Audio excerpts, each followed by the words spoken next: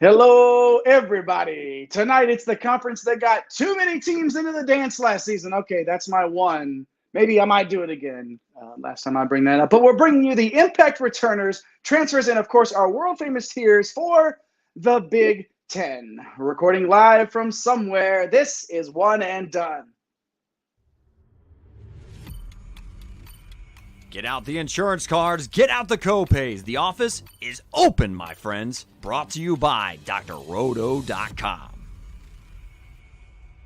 It's time once again for everybody to come aboard that Green Screens Media train. Welcome to the One and Done Big Ten preview powered by drroto.com. I am your humble host. My name is Jay Heinrich, the conductor of the aforementioned Green Screens Media train. You can find me on Twitter, X, whatever you want to call it, Elon's hellhole at Dr. William Cannon. And let's jump over to the captain, El Capitan himself. He is the captain of the Green Screens Media ship. Follow that man on X at MC Holland34. The OG Money Mike. That's Mr. Mike Holland. What it do, baby? What it do, baby? I think it's 18 days, almost 17 when I go to sleep tonight till this college basketball season starts, and I am ready. We only have two more conference previews after this. It felt like an eternity to get through all except for, I believe we left the Ivy out. Sorry, Ivy, maybe next year. But, yeah, I'm looking forward to it, and got a bunch of work coming up. Going to be posted on drroto.com, dropped a top 25. Check out some of the older articles. My final top 300 transfer big board was finalized, thank God, last week. So, yeah, I'm looking forward to it, man. Let's not bury the lead. We got 14 teams we got to chat about. It was the final top 300 board, of course, over on drroto.com. And, of course, last in the intros, but first in your hearts, he's the Baron of Bread of Green Screens Media that you can find in those Twitter streets at Fantasy Nav. He is Eric the Blue. That is Eric Uromoff. What's happening? Man, I can't believe it is already around the corner, right? Like Mike talked about, we're wrapping up our conference preview series. That means that the work just shifts, right? We're getting ready for some of our betting previews. We're gonna have our DFS shows queued up here before we know it. And I know Mike's been getting busy out there punching some satellite tickets, right? So we're already ready for a very big day for that opening tournament on DK. And we are not the only ones that are ready. We have got a fully loaded comment section. We got Thomas jumping in here saying what's up. Hey. We got Grady G saying hello. Grady's new here. Hey, Grady. What's up, Grady? Definitely let us know what you think of the show. Let us know if you have any questions. Without fail, Kalen's ready. Straight into the veins. Time for some Big Ten. Right there, Don't baby. you dare call it the Bug 10. No. It's the Big Ten. Jay we got Riley checking in as well. It's the Big Ten. Fully loaded here for an awesome conference preview. Let's go. Thanks for shouting out in the comments and showing up. You, too, can leave a comment in the live chat, and we'll flash it up there on the screen. Follow all of us on Twitter. Like and subscribe here on YouTube. That's the best thing you can do for us to do your part in the Green Screens Media universe.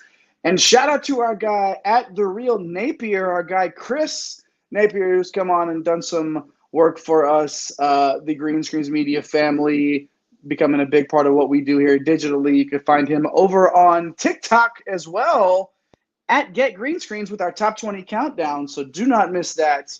We are in the middle of that, just like we are in the middle of these conference preview shows. So let's get right to it tonight with the Big Ten. Last year, Purdue comfortably won the regular season crown by 3 games, and then, of course, went on to capture the double-double by winning the conference tournament over Penn State, 67-65. All right, I hit on it at the top. Here we go. This is my time.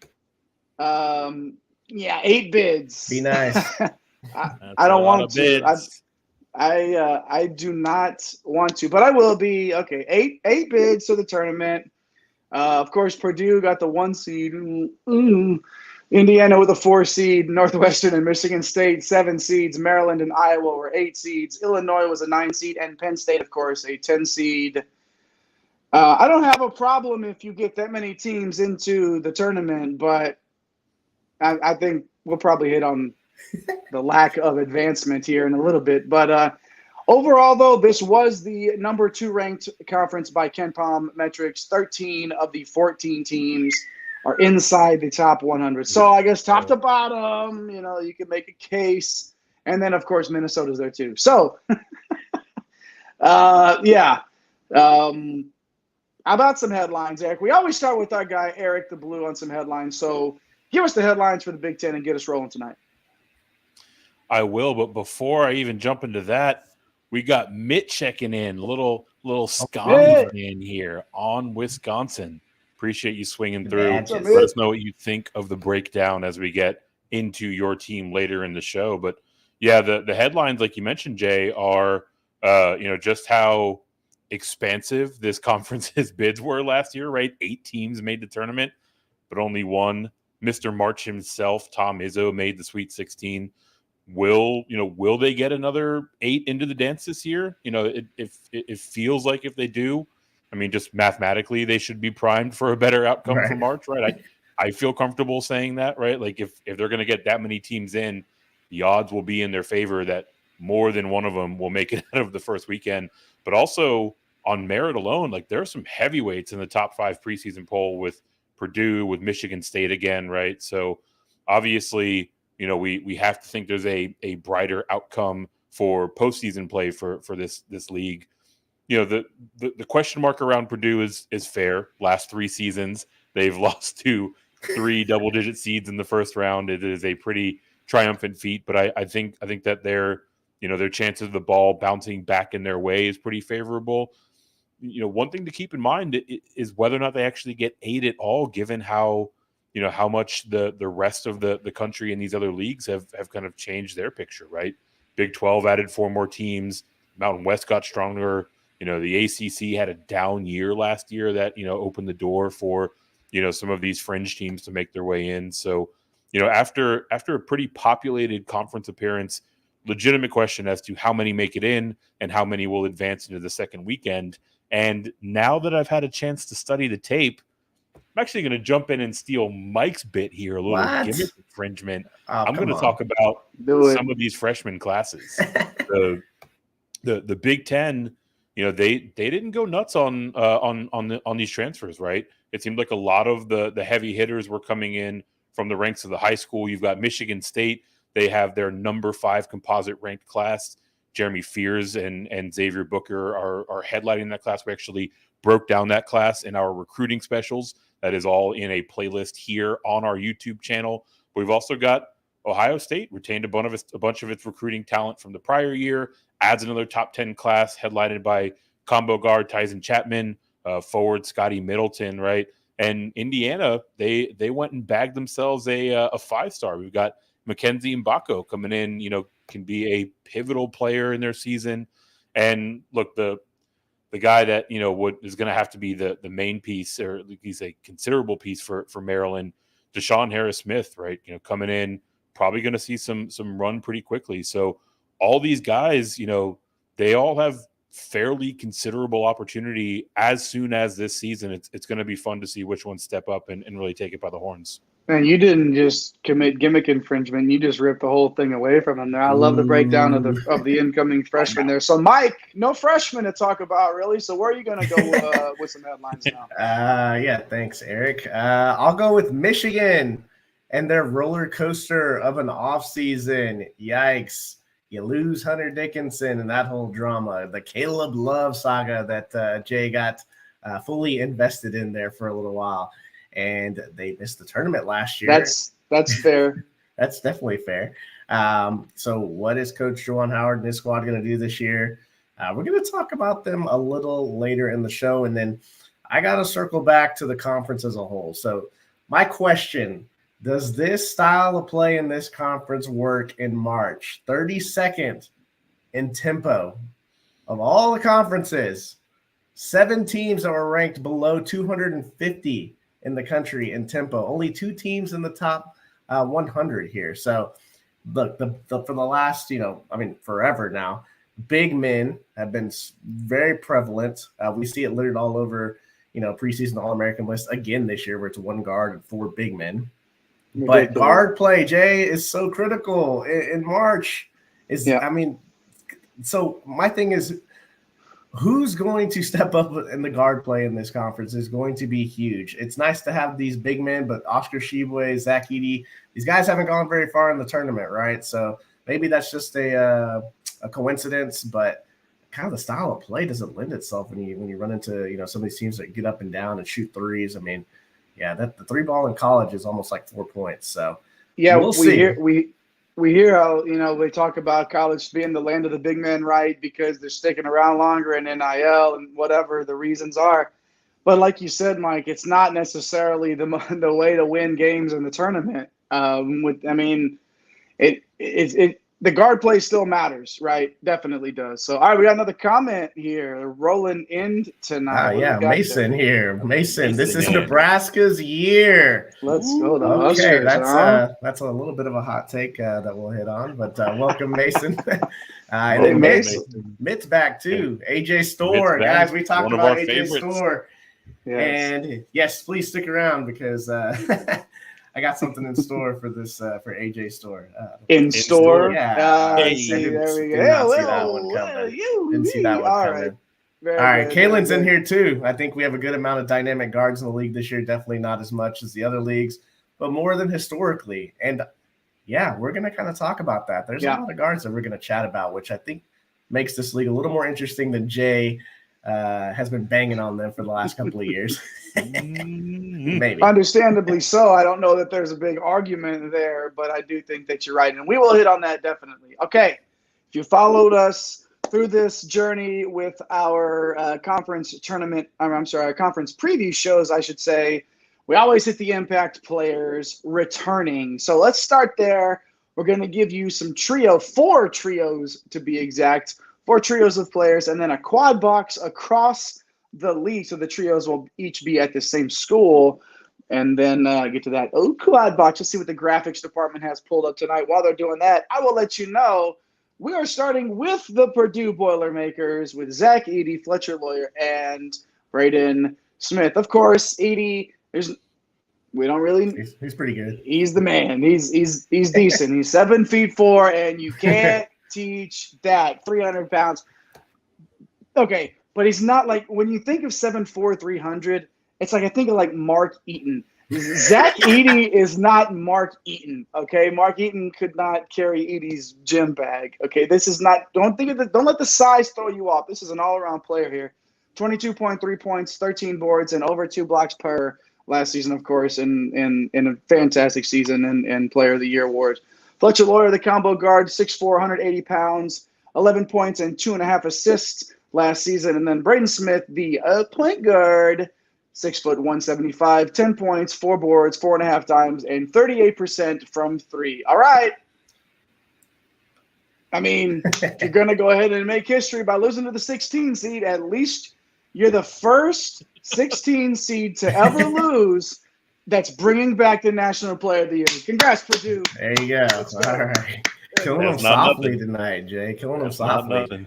So, look, that's one way to look at it. I look at it from this perspective, though, on Purdue. And I've been back and forth on this. And I put them number 5, which is, lower than what a lot of people are putting them out in my top 25. I think they are going to be better overall and have a better tournament in March. But I look at last year's preseason expectations. They were not ranked. We didn't know if Zach Edey was going to play 30 minutes a game. We knew that he was going to dominate if he played 30 minutes a game. And then their backcourt was consisted of 2 freshmen, Loyer and Smith. So to say, what they kind of overachieved, I feel like last year, and all those expectations, right, came crashing down that they still shouldn't have lost to FDU. That's a whole nother story we can talk about for another hour. To me, that they were always a year away. So they were kind of ahead of schedule. Edey's a bona fide star. Smith and Loyer, they now have a season under their belt. The sky's the limit for these guys, right? Backcourt play is so they couldn't figure out how to dump the ball into Zach Edey against a bunch of dudes that were 6'6". So that just comes with experience and knowing your system. And now Loyer and Smith, I think, have a chance to really, really have a redemption season, especially Loyer, right? Kind of faded away towards the end of the year. But Braden Smith, man, like not a lot of hype preseason, came out and balled out. And of course, you have the National Player of the Year. So yeah, I'm liking this team. I don't think we're going to be shocked by another double-digit seed, but I don't know about the ceiling. As a Final Four team, if I had to pick one from this conference, we'll talk about that later. Yeah, for sure. Giving them a hard time, obviously, but the talent's there, and I like your assessment of them being even ahead of schedule at that point. Like, to be a 1 seed, I don't think that was necessarily, that wasn't written in the stars. I don't think it's something that they sort of earned throughout the season, and played well and up until that point. An unfortunate way to end their year there, but yeah. Lots to be excited about there at Purdue. And then, of course, the other team that people think of at this point in this conference, along with Purdue, is, of course, Michigan State. And it's January, February. Izzo is what we're still going with here because, of course, it doesn't matter wherever Michigan State gets into the tournament. It's not a team. If they're a 7 seed, if they're a 2 seed, if they're a 10 seed, you don't want to see this team. But talking about guards here, we had 2 guards on the first trio. We got 3 guards on this trio with AJ Hoggard, Tyson Walker, and Jaden Akins. Hoggard 13 points, 6 dimes. Walker 15 points, 3 dimes, 42% from 3, and chipping in a steal per. And then Akins, of course, the combo guard at 6'4", 190, 10 points, and shot a spicy 42% from 3. I know Mike has been very, very vocal about this being one of Coach Izzo's top 3 rosters on paper. And Eric, it starts with this backcourt trio. Yeah, look, this was a trio that had a lot to do with their deep run last year. Now they are back for another season, another year in this system. And, this roster really, it feels like they kind of have it all. We'll spotlight these 3. Each one of them kind of gives, a different sort of wrinkle, right? It creates versatility, it creates stability across this roster. With Hoggard, coming in at 6'4", 210 pounds, like one of the strongest guards in the entire country. His outside shot can probably improve a little bit, but his ability to use that weight to get into the lane, to get to the rim, that's something that makes him a legitimate playmaker. Walker is entering year 5. He's arguably the best scorer of the bunch. He can handle, he can play point a little bit. So, a lot of things to like about his game. And with Akins, he's your sniper, right? Like, he's your knockdown outside shooter.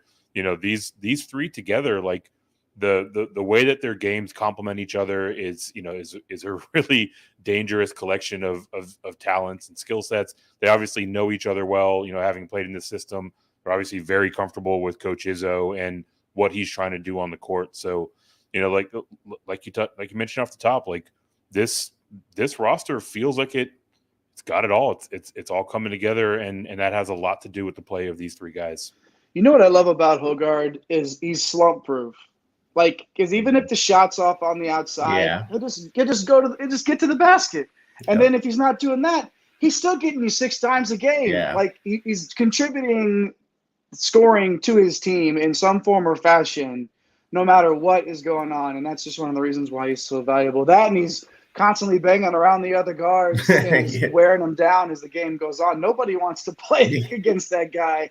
Yeah, no guard. You don't want to have to guard him for 30 minutes. But of course, it looks like we have another comment here. Sliding in. Let's go. What do we got? Lizzo, the best Lizzo Izzo in the Big Ten. Oh boy. Yeah, Mason. Look, the old Nebraska fan there.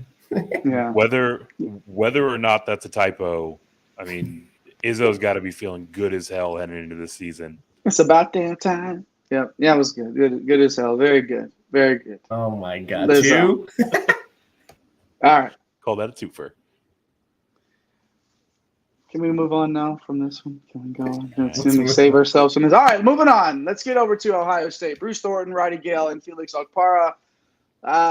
Thornton, the point guard, of course, 6'2", 215 pounds, another big guard, 10.5 points, 2.5 dimes, and 38% from 3. Roddy Gale, the wingman, 6'4", 210 pounds, 4.5 points, and 43% from three. Obviously, thinking he's going to see a little bit more run there. Felix Okpara, the big man, 6'11", 235 pounds, 4 points, 3.7 boards. Okay. A couple of those stat lines don't exactly jump off of the page, I know. However, let's take into consideration these are all true sophomores that have been waiting on an opportunity, and they are going to get it in spades this year. Outside of Thornton getting some run at the end of the year, it's time, Mike, for these three to get their turn from a top 10 recruiting class the year before. Yeah, absolutely. Nailed it right on the head, right? The stats aren't going to jump out, but what's going to jump out is the talent, and it just needs to be put on display. We saw, a pretty good amount of Thornton towards the end of the year. Okpara, got a couple of starts there. Zed Key had the injury. You lost Sensabaugh, right, to the draft, but these guys are so young. They're so talented. I was banging on the drum when Ohio State fans did not, were trying to get rid of Coach Holtman, and it does not make a ton of sense to me. But when you look at Thornton, right, I think he has a chance to really break out, become one of the best point guards in this league. I mean, he's strong on both ends. And then, like I said, we saw flashes of him being big time towards the end of last year. And then Roddy Gale's got the biggest upside. He's a great shooter. We only got to see a little bit of him. What else is left in the bag, right, for him? That's to be seen. And then Okpara, he got some good run, like you mentioned, with Key out. I was impressed, especially on the defensive end. And look, you're getting Zed Key back. He's a solid player. I think that you've kind of seen the ceiling of Zed Key. Like, he had a couple of – I remember the one Iowa game where he went absolutely berserk.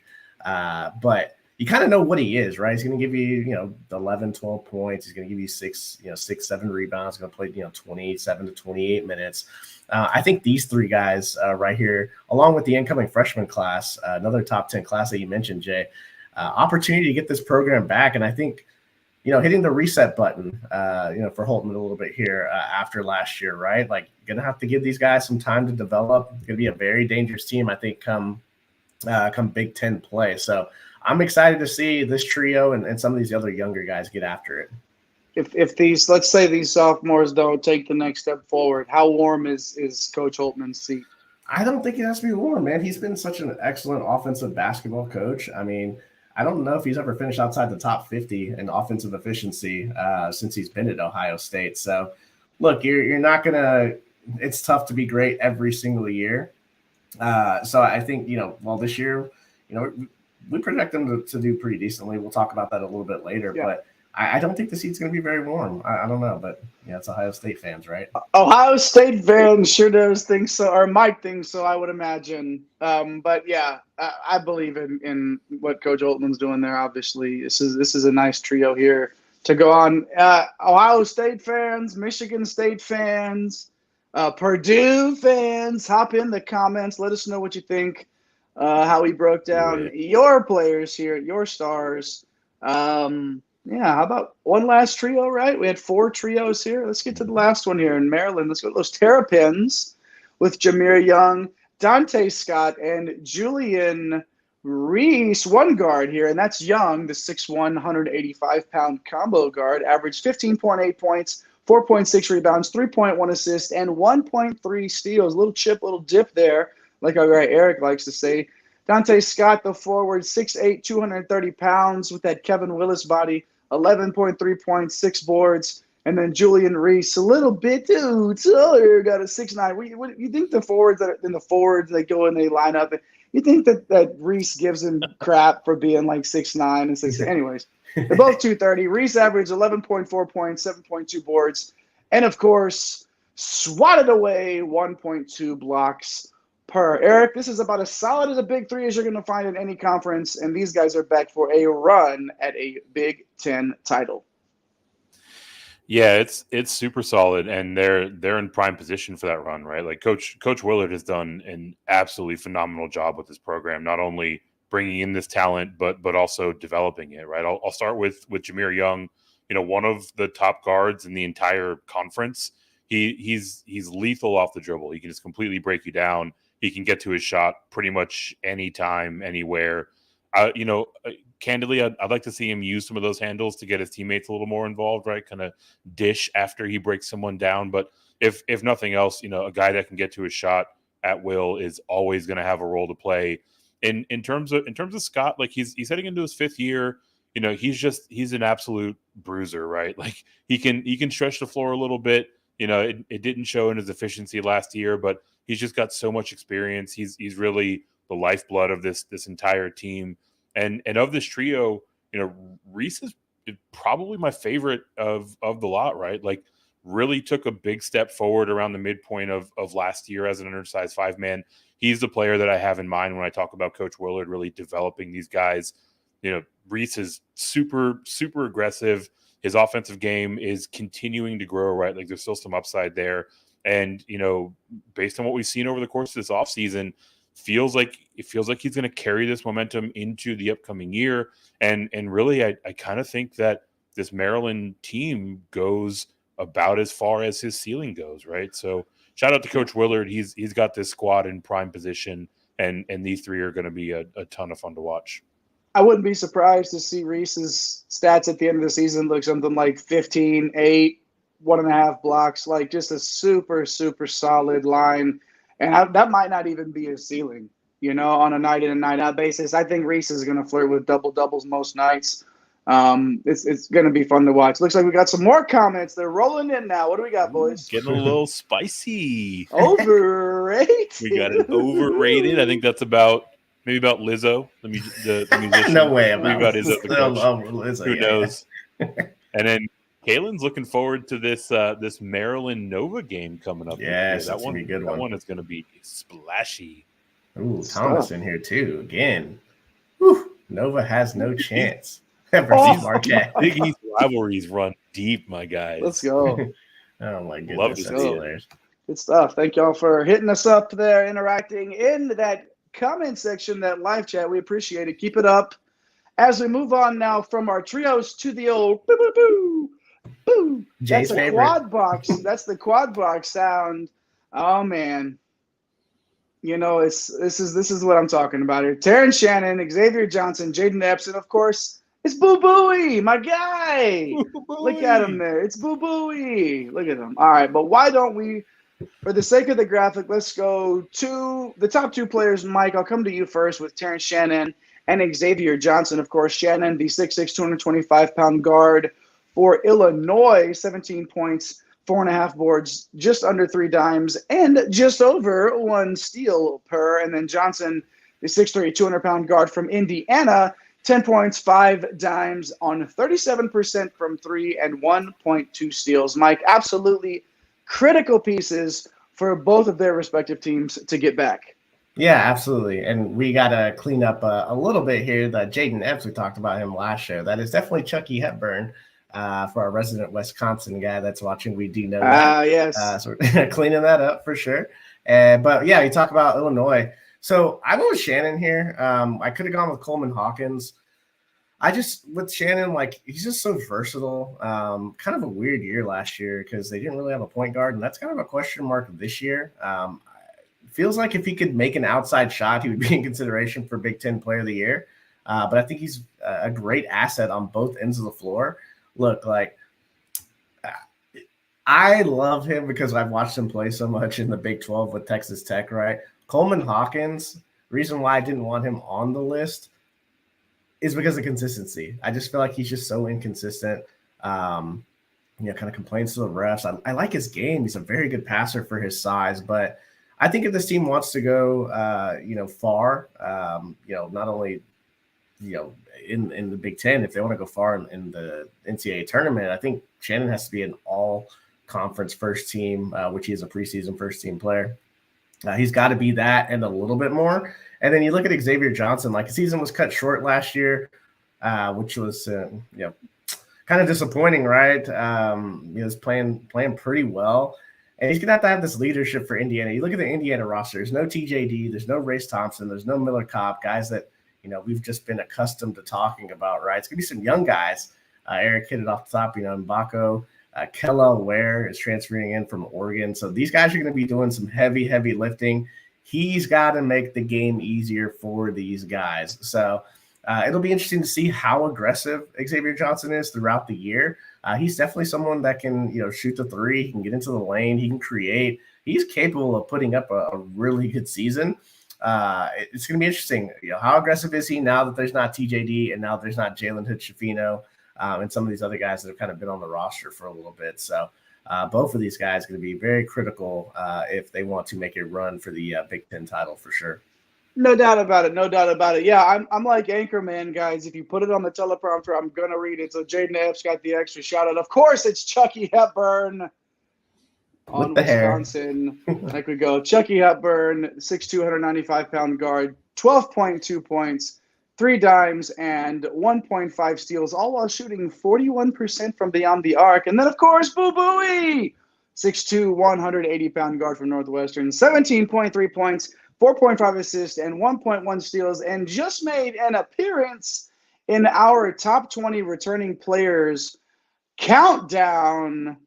Eric, we've got one guy here looking to cement his legacy and the other trying to create one.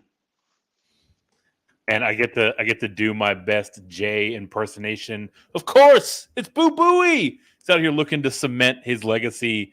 Look, what he's done with his career thus far is truly remarkable, right? He brought the Wildcats to only their second NCAA tournament bid in school history last year. Tremendous leader. He's a lights out shooter. He's an excellent scorer. He just makes the guys around him better. He did lose his running mate in Edey last year, but he has a roster. He has a roster around him and has a real opportunity to cement his legacy, not only in Northwestern lore, but in college basketball lore. So going to be a ton of fun to watch him play this year. And for Hepburn, right? Like, now's his time. He's heading into his junior year. He has the opportunity to really step forward as a leader and bring this team back to the tournament. He led the team in scoring last year. He has a more than capable front court at his disposal with Tyler Wall and Stephen Crowell. They can certainly make things happen. Now that he's a junior, you'd like to see him pull it all together. I think he's the type of player that can. The thing that really hampered him in seasons past was his decision making, right? There were a couple of times where he made the wrong pass. He let a ball get away from him, whatever it might be. I think heading into this upperclassman season, we see him tighten that up, and that can be all the difference for this Badger team. Rounding out our Impact returning stars to the Big Ten, Terrence Shannon, Xavier Johnson, Boo Booey, and of course, apologies once again to our guy, Chucky Hepburn. They're making the list. Make sure you do your part in the Green Screens Media universe. Smash those like and subscribe buttons. Just a little click, click, click, click. Tell the hoop heads in your life about your bro season basketball here, bringing you the good stuff. Man, I can't wait. I love these conference preview shows, but I cannot wait for us to start breaking down DFS. Like, oh man, we're gonna be coming to you for the big slates, and of course, we've been coming to you for the big and small conferences. Doing the Big Ten tonight. Shout out to everybody that's hopped in the live chat with us. Of course, if you're watching a little bit later on, weren't able to stay up late past my bedtime anyway. To be honest, out here in Central Time Zone, it's where we're pushing 11 here, but we're bringing it to you anyway. We do the returning stars every conference preview. Now, let's get to the Impact transfers. A 5-man list tonight, starting with Kel'el Ware, transferring in from Oregon to Indiana. He's 7 feet tall, and you can't teach that. 6.6 points, 4.1 rebounds, 1.3 blocks. He just happened to fall at number 10 on Mike's top 300 big board. Mike earlier talked about losing TJD and Race Thompson. So, at this point, Ware is going to be counted on. I don't want to heavily is probably the correct way to put it here. And we'll see if he'll be able to tap into that potential that we know he has. Yeah, so much potential. He's a top 5 consensus prospect just a year ago. He's got a unique skill set. Really both ends of the floor. He can change the game with his shot blocking ability. He can step out and shoot the 3. So, yeah, I'm ready to see him. Obviously, with Oregon, not really sure what's going on there. I probably would have played him 30 minutes, but I'm not going to challenge Dana Altman, right?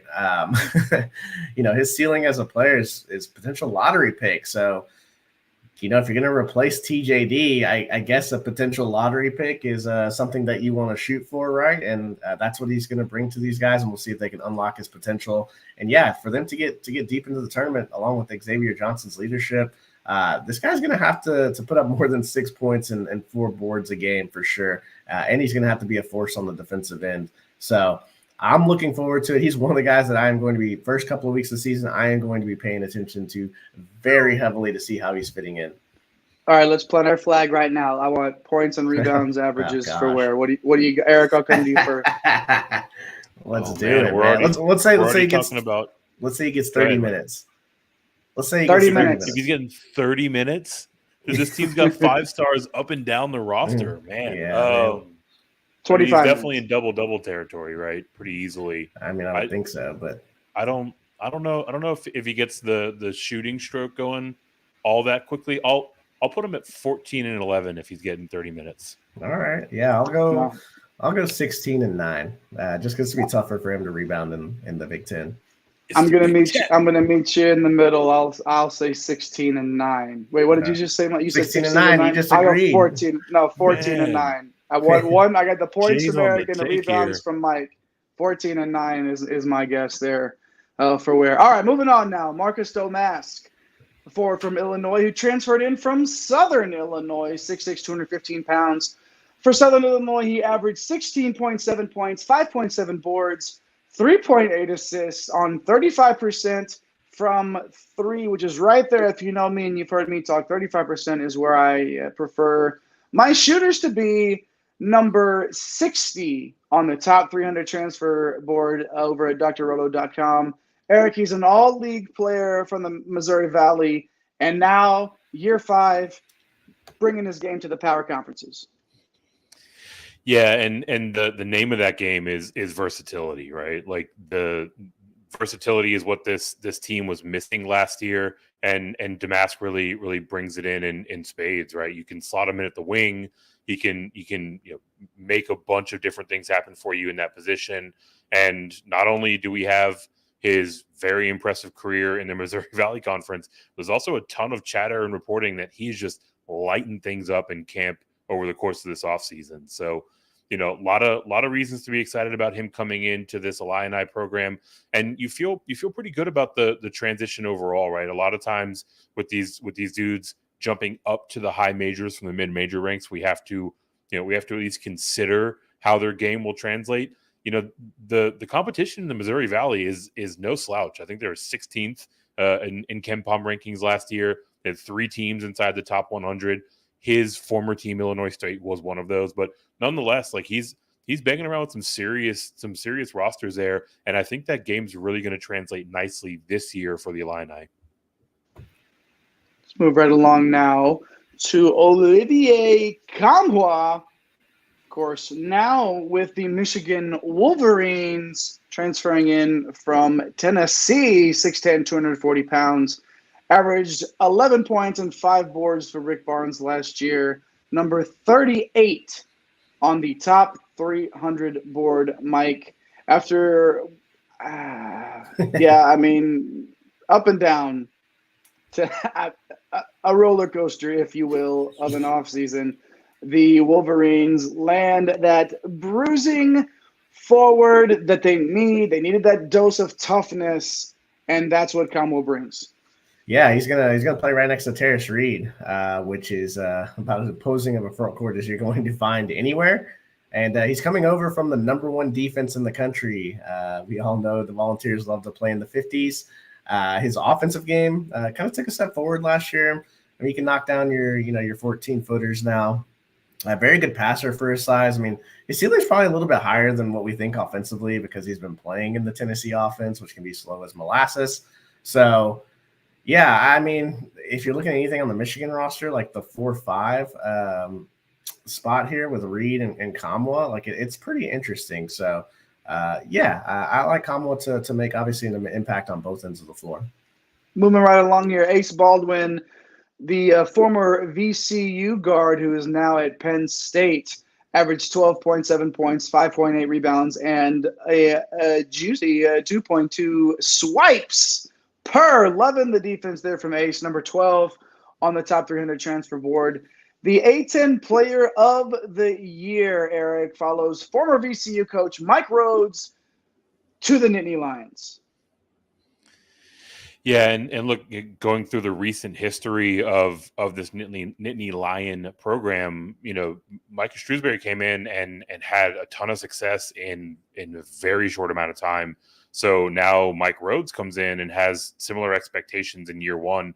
And, Baldwin comes over with him, obviously going to be familiar with the system, but he also comes over as one of the better two-way guards in the entire country. He's right in the conversation with Posh Alexander for the best defensive point guard in the land. And on the offensive side, like he can break down a defense. He can really get to his shot, but he's not always making the best decision in terms of when to actually pull that trigger and fire that shot off, right? We'd like to see him, really up that efficiency heading into this year. Presumably he's going to have former VCU teammate next to him, Nick Kern's coming over. So, a lot of opportunity for him to be successful, not only in the system that he knows, but also as he and his running mates really kind of take a step up. This is a team that's completely transformed. So if he wants that opportunity, it's there for the taking for him. Last on our list, but not least, Jamison Battle, the former Minnesota big man, transferring now, of course, to Ohio State, averaged 12.4 points, 3.8 rebounds, and came in at number 32 in the top 300. Obviously, we don't have the rankings speak for themselves in terms of why we think these guys are the impact transfers in this conference. And this is even with Battle coming off of a bit of a down year, I would say. But getting out of Minnesota and into, a system with one of the best offensive coaches in the country should set Battle up for a nice season, Mike.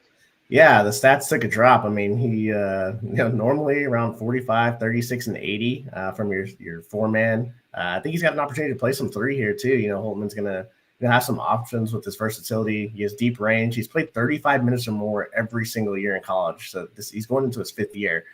His experience is going to be absolutely valuable, along with Zed Key, right? They're going to have all these young guys around him.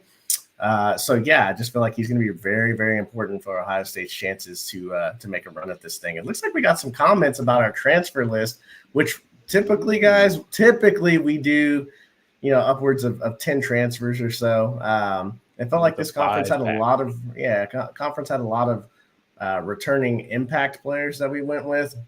Mm-hmm. And, you guys are going to splash them up here. I mean, Rink Mass for the old Huskers. Hey, look, Jay, right? We were all about Rink Mass last year with Bradley. A very, very solid player. Can do some things on the floor, right? I worry a little bit defensively about him at the Big Ten level. But I think he's going to play pretty well in that system for Hoiberg. And then where's AJ Storr? AJ Storr, as I have it right now, is probably coming off the bench. I don't know who he's going to start over. He's not going to start over Chucky Hepburn. He's a wing, right? So, no AJ Wild. Maybe. All right. So Connor Exegian, right? Are you taking him off the floor? He showed flashes of brilliance last year. Max Klesmit, super experienced, been in the system. AJ Storr is coming from a Mike Anderson-led St. John's team. Super talented. If you guys watch this guy play, just got taken out sometimes for taking poor shots, having a bad attitude. Look, obviously those things can change, which is kind of weird because it's kind of a clash, right, from what Wisconsin typically does. So this was one of the – and we talked about this offseason. This was one of the weirdest fits, I guess, for me with Wisconsin. I'm sure you guys would agree. Well, we brought that up initially as soon as we saw it. I think I texted in the group chat and said, what, question mark, what's the thought process here, right? Right, like completely just it's out of left field. Now, do I think he could be an absolute X factor in this conference? Absolutely, but the list of X factors. and I don't know. We got Thomas in here saying he reminds me of Johnny Davis, kind of. I think he's got ceiling to be Johnny Davis light. Big praise. I don't know. Undeveloped Davis. I could see that, right? I watched a lot of St. John's, and I understand that was a train wreck last year. Like, we all watched and we're like, what is happening? Mm-hmm. And so it's just weird. Like, I don't know that he starts. So, if he comes off the bench and plays 20 minutes, he's got to take good shots. He's got to play defense in that system. Otherwise, he's not going to be playing significant minutes. So I look at that starting five with the CJ and Hepburn and Klesmit, and then the two big guys in Wall and Crowell. So Listen, we'll see. I think it's interesting. The thing for me is that we've seen him get his dauber down before, and in that offense, in that system, he could get lost if he's not. He will not get on the floor if his head's not right and if he's not in it, man. I mean, it worries me a little bit. Of course he has the talent, but yeah. I mean, Greg Gard's not going to run him out there if he's taking bad shots and no. I don't know. Not at all. Good stuff. We appreciate that, though, hopping in there in that live chat and in those comments. We love it because then that allows us to talk about, Store a little bit more than we would have, obviously. All right. Like and subscribe if you haven't. If you're hanging out with us, drop us a line in those comments. If you haven't, it's popping. It's on and popping in the comments section tonight. Ooh. If you haven't hopped in there yet, just chunk up comment section got me fired up. Got me all jacked up. All right. I'm gonna go find the text and be like, what? What kind of such a weird. I mean, look, you got both these guys inside your top 100 transfers, right? It's not like you're thumbing your nose at them, right? Like, it's hard. It's hard to pick five, and we went with the top five. Yeah, for sure. But obviously, deserves a little love there. Make sure you like and subscribe. Show us some love by doing that. Do your part of the Green Streams Media universe. Show your boys in basketball a little bit of love. All right, of course, if you've been doing our conference previews, you know what's next. You know what's coming. It's the world famous. It's the tears section. And no, not the tears that Minnesota fans will be crying at the end of this season. We are talking a tier ranking system. And tonight, to honor Wisconsin and the rest of that area with the cheese and everything like that, known for the cheese, we are going cheese tiers tonight. And of course, whether you agree with these rankings or not, these are ours. Cheddar is better, so cheddar being the top tier of this conference, and then a little bit of the Gruyere. How do you say? Gruyere there at the mid tier, and then Swiss cheese down at the bottom because, of course, it's got the holes. It's got holes. It's got the holes in it. Except like the team got its holes. Okay. All right. Now you know. Let's start with the ones that we have listed on the team. Oh, we got 5 of them tonight that we're going to have to slot in there. But let's start with the ones that are already ranked. Let's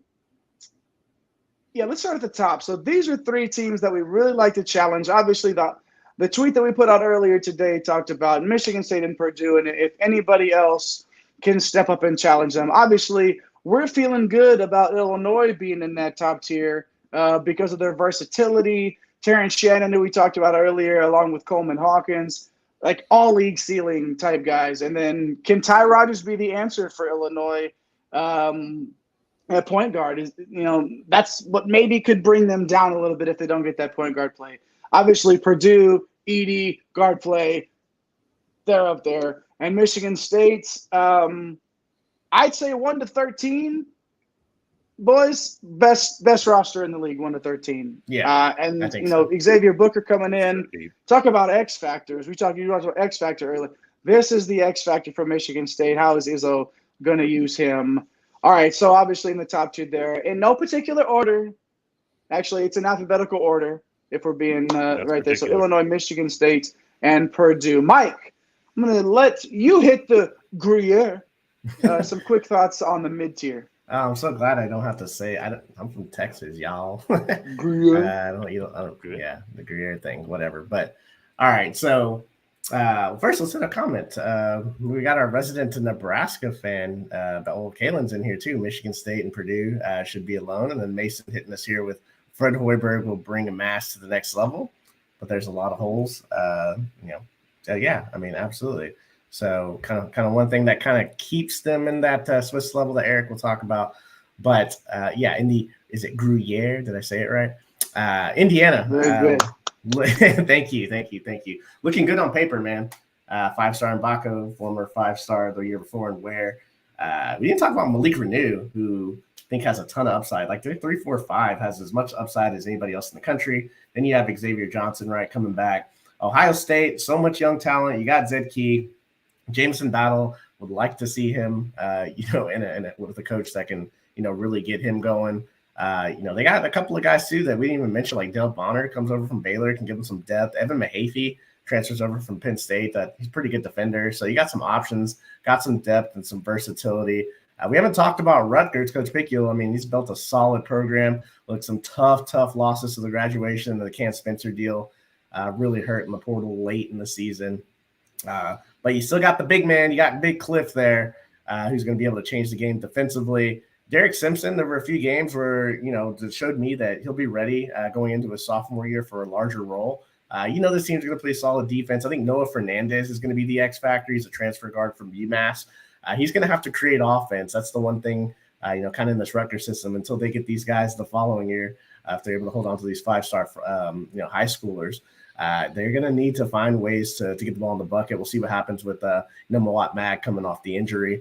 And then Wisconsin, kind of briefly touched on it, right? Like, I love the roster of Wisconsin, right? Like 1 through 8. Give me that all day. I just worry about Storr a little bit and how he kind of fits into that system. But I love like Tyler Wall. Like, I mean, yes, at the end of the season wasn't great. But I think Stephen Crowell, man, I think he has a chance to be very, very good. Chucky Hepburn has upside in Esigian last year. Like, he was so much fun to watch.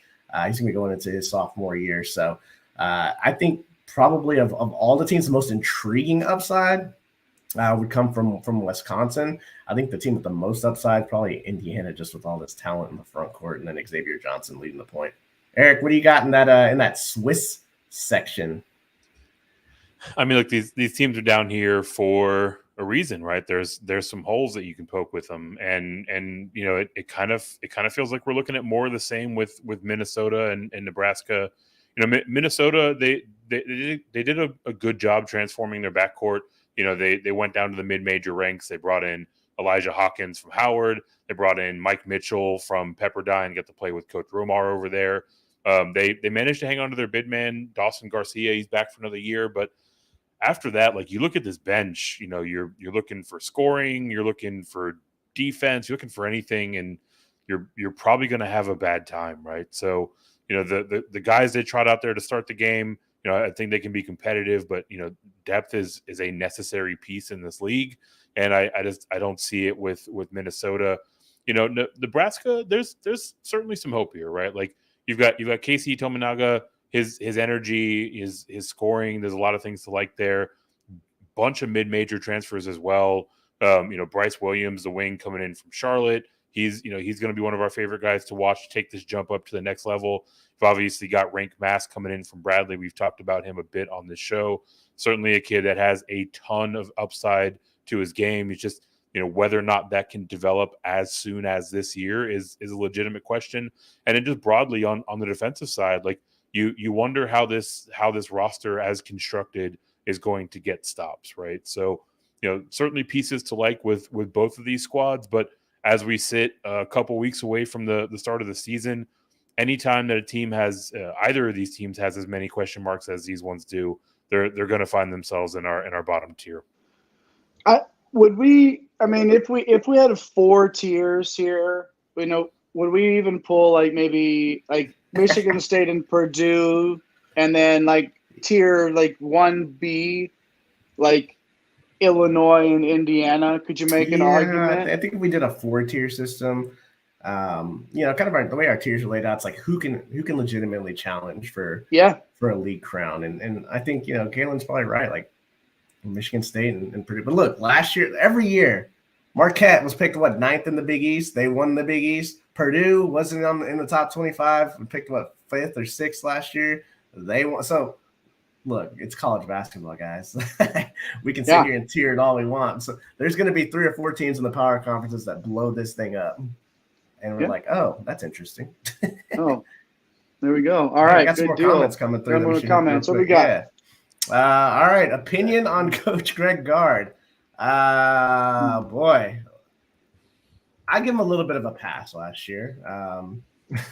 Just a little bit of one. I think he's okay. When I think of the Greg Gard, though, I think of the fight with Juwan Howard, which is fantastic. I think that's what Thomas was getting at too. Anyone better than Juwan Howard? Either that or anyone's literally better than Juwan Howard. But yeah, I mean, the guy's been so successful. Like, what are we gonna do here? Like, Brian Harbaugh better than Greg Gard. So there you go. I mean, the thing with Greg Gard is though, like, he's won 20 games. What?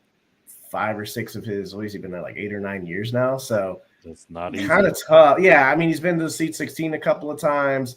You know, the postseason play, recently hasn't been great. But I think he's got a really good team. Yeah, they're so deep. I think they're deeper now than they have been. Anyway. Exactly. He has no heart. Took a big step back when they lost Bo. Oh yeah, I mean, that's a big loss. Place old Bo Ryan. So yeah, I mean. Yeah, that's kind of the thing there. And then anyone better than Juwan, and then Mason with the old preach on that one. So, hey, I didn't come into tonight thinking we were going to talk a lot about Fred Hoiberg and Greg Gard, but here we are. We appreciate you guys in the comments. Yes. We love that. Like, absolutely, keep it coming, man. So keep them coming. Keep them coming while we slot in those 5 teams there at the bottom of our old tier maker. Once again, I am the tiebreaker, and I will decide. I have the power. No one man should have all this power, but I do. Thank you very much. As the conductor of this train, I'll break the tie if I need to. Let's start with Iowa, the Hawkeyes. Mike, what do you got? Where are you putting them in these tiers? Oh, man. Well, first, I hope there isn't an Iowa fan. Man, I just feel like I'm dogging the Big Ten, but I don't mind it this year. I gotta anger somebody. We've been waiting on you. We've been waiting. We've been waiting on you. Right. Oh man, Chris Murray's gone. Your boy Jay Rabracha's gone. One of the McCaffreys and Connor's gone. I'm not jumping up and down with what they have coming back. I mean, I like Tony Perkins a little bit. Peyton Sanford, I think he has some upside, but yeah, I'm gonna go ahead and slap these guys, at least for me, down in the Swiss. I'll duck here, and I'm sure Iowa fans will either be in the comments or are watching this now. Give me that good old Fran McCaffrey stare at the referee on the baseline treatment right now. So I'm gonna go ahead and duck. You deserve it, and I'm gonna see if Eric can maybe slot them a little higher. I don't know, Eric. Are you with me?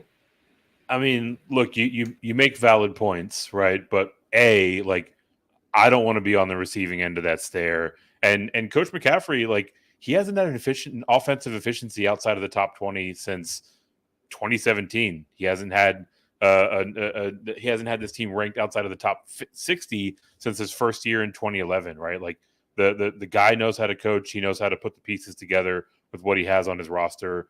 You brought up Stanford. Like, he could legitimately break out.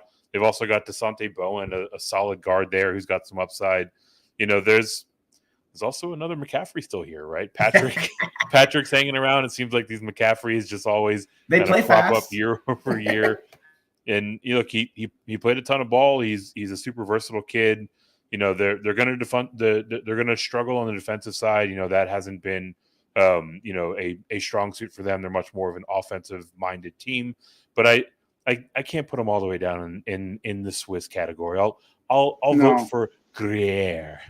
Gruyere, yeah. Don't worry here. Don't worry, Eric. Jay, you were with me 3-0 last show. Yeah, I hope you enjoyed it because it ain't happening tonight, Big Cat. Put them in that mid tier. Bowen and Sanford are gonna surprise. I really feel that. Haven't gotten that opportunity before, and I think they're gonna shock some people. Yeah, Perkins and McCaffrey are solid.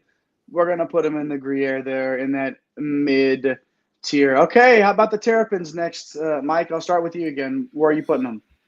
Oh, boy. Before we get to the Terrapins, got a quick comment here. What do we got? Is that Thomas back? Thomas is back. He's got a point. They're going and going, scoring the ball. Love to watch. No doubt. One of the two teams playing in the top 100 in tempo in the Big Ten. So there you go. Enjoy that. All right. Thanks for that comment again. Yeah. Thanks for continuing to jump in for sure. Yeah. All right, let's hit the Terrapins, Mike. Yeah. 22 wins. They got a big three. We talked about them. Young, Scott, Reese. We like the freshman guard there, Harris Smith. I think a transfer that went really underrated is Jordan Geronimo. Comes over from Indiana. This guy can play some ball, man. He's a great weapon for them off the bench. This is a team, they don't turn the ball over, and they play solid defense. So when you do that, you have a chance to win every game. I really like this team. I think they can challenge. They beat Purdue last year during the regular season. They had some nice wins last year for sure. So for me, if we're talking about 4 tiers, maybe slotting in that second, but I think they can challenge a few things go their way and they get some development from some guys. I think we put them up there in the cheddar. Eric, are you feeling that too? What do you got here? I'm feeling good about myself after I get that quick dub in the first round. But honestly, like I'm kind of struggling with this one, right? Like this team last year, they shot under 33% from 3, which is not something that I'm going to sign off on. You look at the roster for this year, and nobody that's projected to get significant minutes is really that bucket from outside, right? Maybe one of the freshmen can step up, but I think that's really what kept them from taking the next step previously. And I'm not sure if they have the guys to make many gains in that regard. Looking at the rest of this roster, everyone is loving Deshaun Harris-Smith, but they're gonna miss Hakeem Hart, who's off to Villanova. Kind of like I've said before, Jay, like just with the question marks that abound on this team, I don't know if they're going to be all the way up at that cheddar level. And also, I just like saying the word Gruyere, so I'll put them in Gruyere. Too bad, because nothing can stop them there all the way up. I get Nice. the point. I get the point on the outside shooting. All right, I understand, but there's a lot of things that we know that we're going to get from this team. The tough defense, the same big three. Keep how am I trying to? Oh, they take care of the basketball. Yes, and they get to the free throw line. We know what we're going to get out of them. Oh yeah. And they beat Purdue and Miami last season. Yes, they can Miami. play with the best. There we go. They will compete with the best again. Put them up top with that cheddar. All right. So Let's if talk about the FDU can beat Purdue, everyone can. Everybody happy. Hey. One shining moment. One shining moment. Yes, believe it. Maryland, don't sleep, okay? Let's not sleep on these guys. Put them in the cheddar. Okay. Let's talk about the Wolverines and the aforementioned Juwan Howard. Mike, take it away.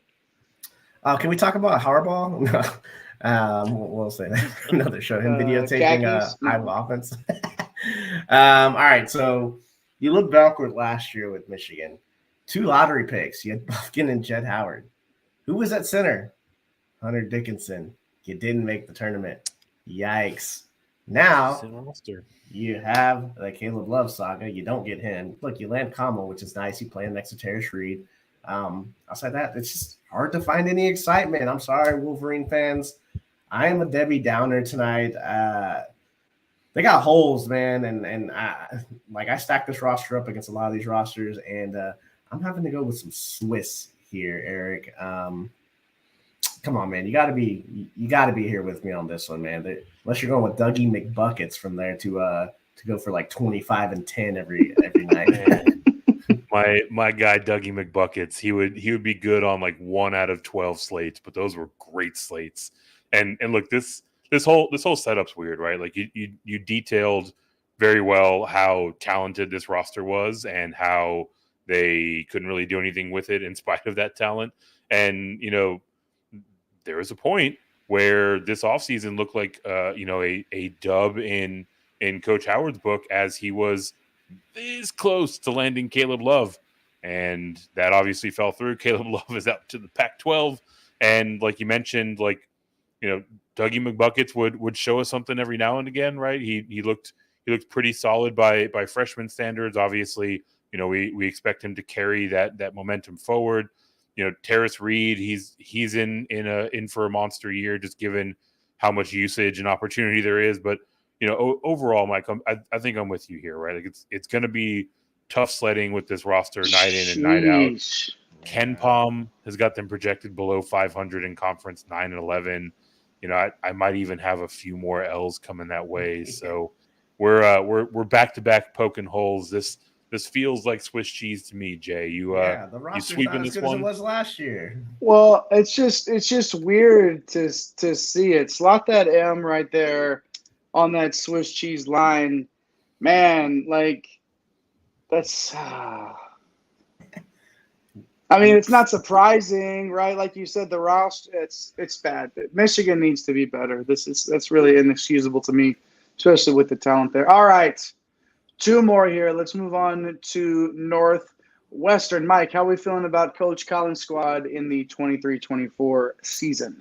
Oh, I wrote this squad up as an underrated team to pay attention to. I don't know how they can be underrated. I guess it's because it's Northwestern, so they're always supposed to be bad, even though they've been pretty good the last few years, sure, especially under Coach Collins. But it's your boy, Jay Boo Booey, back for year 5. And, yeah, I think Eric hit on it. You lose Edey, like, that's not great, right? But luckily there's that transfer portal. Ryan Langford comes over from Princeton. They had a Sweet 16 run, so he's got some good experience there. Justin Mullins, I don't know if he's going to make an immediate impact. He's a transfer from Denver. He's a freshman last year. I don't know if he's going to make an immediate impact this year, but a really solid piece and should do some damage here in the coming years. I think a guy to watch for me is Ty Berry, and the thing that kind of gets them into the Gruyere category for me. Big, strong guard. We really need to see him develop an outside shot, but I really like what I saw from him out of flashes, and he's going to get more opportunity. There's 35 minutes just kind of waiting for him there. So, Eric, I'm in the Gruyere category again with this Northwestern team. Are you there with me, my friend? Of course. It's Boo Booey. I'm a big Boo Booey fan. The name that you did mention on this roster is Brooks Barnheiser, right? I think, not exactly the same type of player as Bowie, but another player that is in prime position to, be a breakout candidate for them. Obviously, Edey's leaving, it stings for this roster. They also lost a good wing shooter in Robbie Barron, right? So, I think Northwestern is, as a program, in a position to, continue to build off this momentum. I think a lot of that has to do with Chris Collins. He is a rock solid coach. He's a guy that does more with less. I think he's got a little bit more this year, but they're not quite in that top cheddar tier. And also Gruyere is fun to say, so I'll slot him here in the middle. Now I understand what's going on here, and you guys just agreeing so I don't get a chance to vote, just stripping me of my power. And my fun, and I'm going to go ahead and need you to adjust that on this one. I think that might happen here. All right, here we go. Last one here. All right, what do we got here? Penn State, Mike. A whole new team, right? Like, a lot of question marks here. New team, new staff. It's up in the air here. So how are you feeling? I love me some Ace Baldwin. The rest of the roster, it's intriguing. Like Puff Johnson, haven't seen him in an expanded role from North Carolina. Could feel like he could be a breakout player. Kadis Wahab, played him a lot in DFS, right? One of those frustrating Georgetown slates. Plenty of experience. Someone that can control the glass for sure. I'm high on Raquandis Mitchell from the mid-majors, the Summit League from Kansas City. This dude can flat out score. Just worry if he can do it, at the Big Ten stage. And then I worry about three-point shooting on this team. I just last year they were amazing from three. This year they are going to be pretty poor, I'd imagine. On paper, I see them being competitive though on a nightly basis. Eric, I will slot them. I'll slot them Gruyere. Gruyere. Whatever you say. Eric. All right. You with me? It's pronounced Gruyere. And look, this roster on paper looks pretty decent, right? Like you're not going to get argument from anyone here or seemingly across the country about what Ace Baldwin can be now that he's moved into the high major ranks. But I mean, this is an entire rebuild job, a ton of transfers coming in. And I think every one of them, has legitimate question marks for different reasons, right? Several of them are coming in from the mid-major ranks. How is their game going to translate to, one of, if not the toughest conference in the entire country? Mike, you mentioned Puff Johnson coming in from North Carolina. He's also coming in with DeMarco Dunn. We've also got Zach Hicks coming in from Temple. Like, are they going to be good enough in an expanded role, right? Like, each of these guys to varying degrees has shown a little bit of something in, kind of a secondary or even ancillary role. They're probably going to be asked to do a lot more. And sometimes that transition takes time, right? So, like, for me, I'm trying to be consistent here, even when we have, a fair amount of confidence, like we do with the coaching staff coming in, even when they're bringing guys in from their program, these day one type rebuilds, like they take some time. So I'm going to wait to see this one actually play out on the court as opposed to how it looks on paper. And I'm gonna pop them in the Swiss category. Jay, you get to close us out with a nice little tiebreaker. Where you going? Very good, very good. And I wish I knew where I was going, and I don't have any idea where this team is going and what it's going to look like. Is it going to gel? Is it going to mesh? Outside of Ace Baldwin, we are obviously very, very high on, is there another all-conference caliber player here, even in a third team? Anything really? Look at those teams in that mid tier, in the Gruyere tier. Those are NCAA tournament caliber type teams, in my opinion. I can't get there yet with the Nittany Lions. So Swiss cheese it is in Happy Swiss cheesed up Valley. Swiss cheese it is. All right. So our final tiers up in the cheddar is better. Up at the top, Illinois, Maryland, Michigan State, and Purdue. Of course, in the mid tier, Gruyere for tonight in the cheese tier. Indiana, Iowa, Northwestern, Ohio State, Rutgers, and Wisconsin. And the old Swiss cheese with the holes in the team. Michigan, Minnesota, Nebraska, and Penn State. That wraps up the tiers. And boys and girls, that wraps up our Big Ten preview. What a night, especially in that live chat. We appreciate everybody dropping in. There's still a few minutes here to get your last shout-outs in before we sign off. But first, I'm going to go to the Baron of Bread himself for some closing thoughts. Some clothing thoughts on the Big Ten. Some clothing thoughts too, if you want to talk jerseys. There. Eric, yeah, clothing. We all got it on today. We all got it on. Hey, closing thoughts on the Big Ten. Eric, go ahead.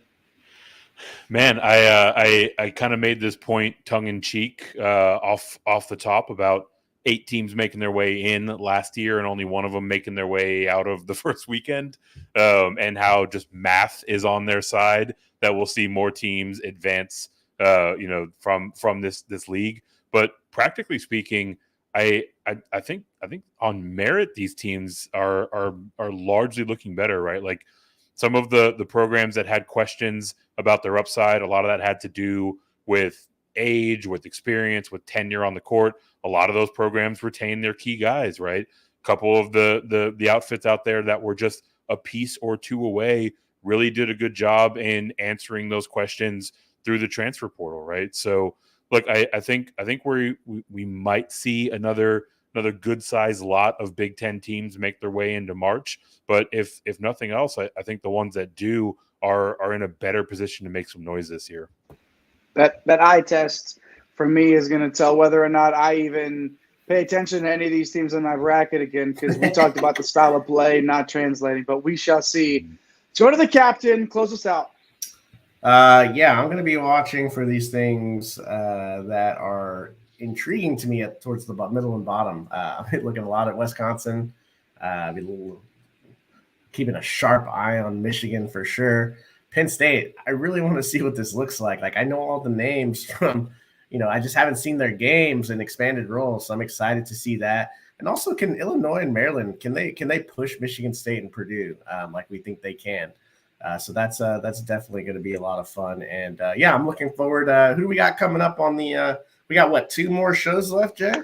2 more shows. The SEC coming up next. So make sure that you have hit those like and subscribe buttons. Turn on those notification bells as well so you do not miss a minute of what we are doing here at Green Screens Media and on One and Done. I am the conductor. My name is Jay. He is El Capitan himself. That is Mr. Mike Holland at MC Holland 34. At Fantasy Nav in those Twitter streets, of course, is the Baron of Bread of Green Screens Media. That's Eric Romoff. Shout out to at The Real Napier.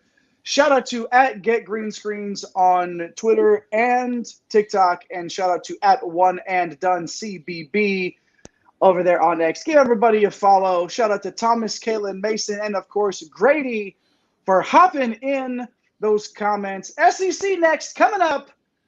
Tell somebody you love them. Have a nice day. Let's get this bread, baby. Thanks for stopping by the office. Get your fantasy prescription by subscribing to the channel and checking out drrodo.com. And until the next visit, be well and take care.